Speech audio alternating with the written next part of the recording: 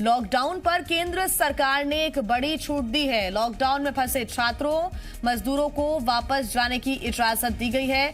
श्रद्धालुओं और पर्यटकों की भी वापसी की छूट है। बड़ी खबर इस वक्त आपको बता रही हैं। लॉकडाउन पर केंद्र सरकार ने ये बड़ी राहत दी है, बड़ी छूट दी है। लॉकडाउन में जो भी छात्र या मजदूर दूसरे राज्यों में फंसे हुए हैं, उनको अपने घर वापस जाने की इजाजत दी गई है। श्रद्धालुओं और पर्यटकों को भी वापसी की छूट दी गई है। लॉकडाउन के तहत कई ऐसे यात्री, मजदूर, छात्र जो कि दूसरे राज्यों, दूसरे शहरों में रहकर पढ़ाई कर रहे थे, मजदूर दूसरे शहरों में थे, दूसरे राज्यों में रहकर काम कर रहे थे, उनके लिए एक बड़ी परेशानी, यहाँ पर बड़ा संकट था सामने। हालांकि कई ऐसे राज्य हैं जो कि मजदूरों की वापसी करा रही हैं, छात्रों की वापसी भी हो रही है कई राज्यों में। लेकिन अब केंद्र सरकार की तरफ से एक बड़ी छूट दी गई है। श्रद्धालुओं और पर्यटकों को भी वापसी की छूट मिली है। कई लोग कई राज्यों में फंसे हुए हैं, ऐसे में उनके सामने आर्थिक रूप से भी एक बड़ा संकट है और इसी संकट को देखते हुए लॉकडाउन के चलते ये एक बड़ी छूट दी है सरकार ने।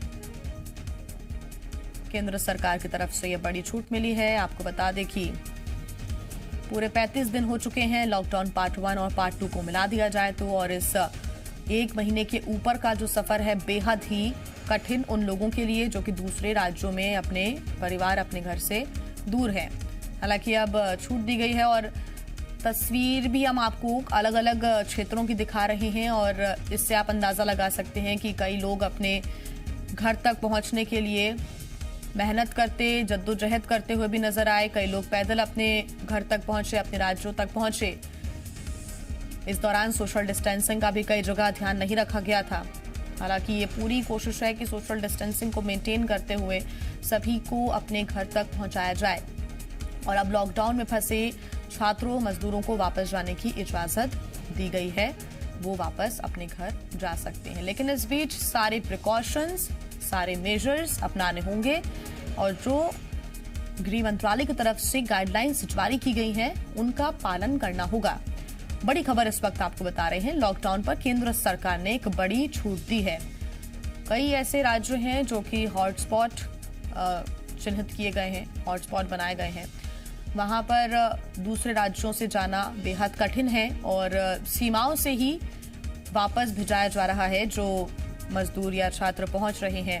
कई मजदूर पैदल ही अपने घर तक जाने के लिए निकले हैं। ऐसे में उनके सामने बड़ा संकट था।